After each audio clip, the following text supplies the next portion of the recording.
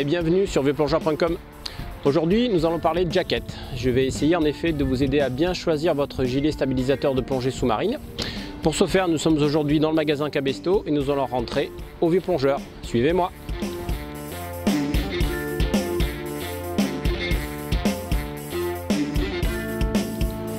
Bienvenue à Cabesto, c'est marqué dessus.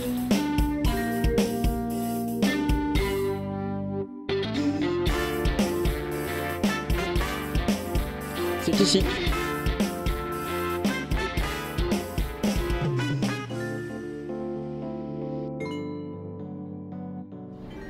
Alors tout d'abord, un gilet stabilisateur, c'est quoi et ça sert à quoi? Alors un gilet stabilisateur, ça sert essentiellement à porter le ou les bouteilles via un système de sanglage ou de fixation. Ça permet donc de transporter la bouteille sur le dos confortablement, mais c'est également un volume qu'on va pouvoir régler. Donc le volume réglable permet de s'équilibrer en fonction des conditions de la plongée. Il va permettre également de contrôler sa flottabilité bien entendu et de contrôler sa vitesse de remontée quand on va remonter à la surface. C'est un élément de sécurité indispensable à la pratique de la plongée bouteille. Accessoirement, les gilets stabilisateurs, c'est une invention qui date de la fin des années 70 et du début des années 80, car nos aînés et les pionniers plongeaient sans gilet stabilisateur. Il existe sur le marché trois types de stabs, soit les stabs dites enveloppantes. Le gilet enveloppant est un gilet continu avec un seul volume d'air sur la totalité de la capacité de la vessie. Vous allez trouver également des gilets dits réglables. La particularité d'un gilet réglable, c'est un positionnement de l'air dans le dos et sur le côté, et la présence sur l'avant de sangles de réglage, d'où le nom de stab réglable, qui permet d'ajuster la stab comme ceci. Et vous allez trouver également des gilets dits dorsaux, ou à volume dorsal, comme on veut, où là, la totalité de la capacité du volume d'air est dans le dos du gilet. L'avant étant constitué d'un harnais réglable, mais pas d'air à l'avant, de l'air uniquement sur l'arrière du gilet. Le choix de votre gilet stabilisateur devra donc être guidé par votre pratique, votre niveau de plongée, votre utilisation du gilet stabilisateur, votre plaisir tout simplement. Si vous avez envie de vous offrir une stab très confortable par exemple, c'est possible dès les premiers niveaux, et évidemment par votre budget disponible. Alors les points importants à contrôler au moment du choix de votre gilet stabilisateur, le premier point c'est évidemment la capacité de gonflage, la poussée et le litrage de l'enveloppe que vous allez choisir. La poussée c'est tout simplement la capacité en newton de levée de votre gilet stabilisateur. C'est important au moment du choix parce qu'en fonction, si je plonge avec un bloc en acier lourd, une grosse ceinture de plomb, une combinaison épaisse, évidemment je vais plutôt choisir un gilet stabilisateur qui a une forte poussée. Par contre si je pars plonger en eau tropicale avec une combinaison fine, un bloc en alu 12 litres qui pèse rien dans le dos et quasiment pas de plomb, je peux me permettre de prendre une stab de voyage qui aura une faible poussée et également un faible encombrement.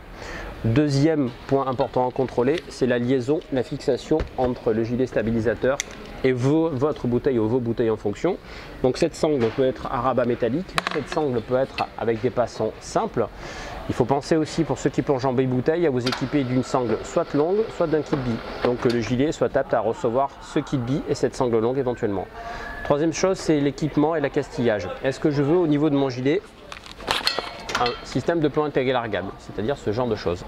Alors, le plomb intégré largable, c'est un des plus gros plongées, un des plus gros progrès en plongée sous-marine depuis les 20 dernières années. Le plomb intégré largable remplace avantageusement la ceinture de plomb qui s'accrochait, qui se perdait et qui faisait mal au dos. Donc là, c'est le gilet qui porte le plomb.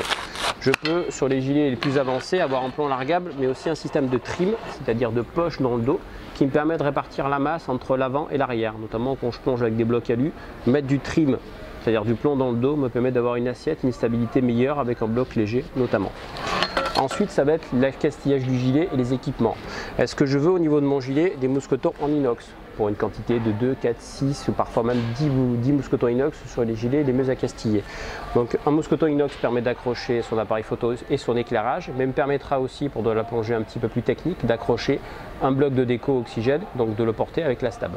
Est-ce que je veux au niveau de mon gilet stabilisateur une poche avec fermeture éclair, avec soufflet ou avec un simple rabat velcro ou pas de poche du tout? Au niveau de cette poche, est-ce que je veux des options, c'est-à-dire la possibilité de monter un couteau qui s'achètera séparément mais qui se montera directement sur le gilet stabilisateur? Est-ce que je veux au niveau de mon accastillage et de mon maintien avoir un système de harnais intégré qui fera support lombaire? Est-ce que j'ai besoin de boucles pivotantes ou pas? Donc tous ces éléments-là, je peux les trouver ou pas au niveau de mon gilet en fonction de mon utilisation et bien entendu de mon budget. Alors, dernier élément sur lequel doit porter votre attention au moment de l'achat, c'est la liaison entre votre détendeur et votre gilet stabilisateur, l'inflateur tout simplement. Cet inflateur peut être avec différents formats, plus ou moins ergonomiques selon votre main. Vous avez des boutons par exemple sur le Scuba Pro qui va être à bascule. Là ici vous avez un bouton de gonflage qui est à plat sur le Marès. Ces inflateurs vont être simples ou compensés. Là vous avez deux modèles d'inflateurs compensés. La compensation permet à l'inflateur de garder la même vitesse de gonflage quelles que soient les conditions de la plongée, profond, pas profond, bouteille pleine, bouteille vide. Ces inflateurs montés sur tuyau peuvent être remplacés par des détendeurs inflateurs type R2 chez Scuba Pro, Air Source chez Sequest et Air Plus chez Marès, donc pour avoir un détendeur de plus pour soi ici à la place de l'inflateur.